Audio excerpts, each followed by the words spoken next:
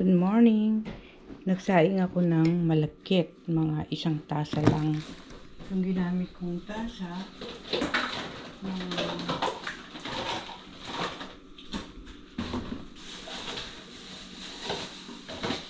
ganito kalaki. Yan. Yung pinaglagyan ko ng natirang coconut milk. Lagay ko sa rep ng ginataan ginataang pinaksiw na biya. Ngayon, ang daming itlog nun. Kaya pagka nakakahuli kayo ng biya, pawawalay niyo yung maraming itlog. Kasi pagka niluto namin dito, matigas yung itlog. Yun lang, mga walang itlog ang i-export nyo.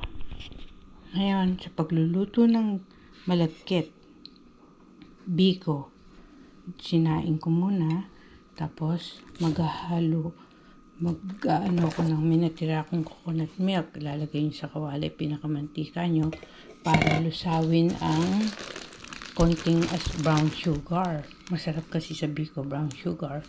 Pwede nyo rin siyang lagyan ng coconut milk, kalahati lang. Tapos yung gagamit kayo ng Coco Jam. Ang brand na ginagamit ko, nilalagyan ko kasi ng plastic. Ang tawag dito, plastic food wrap. Coco Jam, Lilis, ang brand. Yan ang ginagamit ko. May natira pa kasi.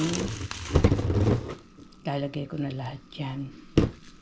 Tapos yung pag hinalo nyo yan, ilalagay nyo na dito yung dito, pati yung coconut milk. Hahaluin yan. Matagal, kalahating oras.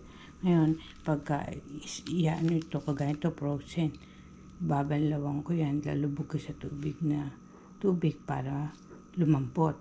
Yan ang pinakapansapin. Ngayon, pwede gumawa ng biko, kalahati. Gagawin kong sumang yakap. Kaya itinatabi ko itong pantali. Ang pinaka-sauce ko, yun din.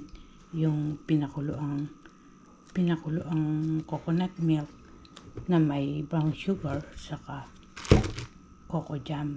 Yan din ang ilalagay ko sa biko. Be sure to subscribe to watch my old and upcoming videos. Thank you for watching.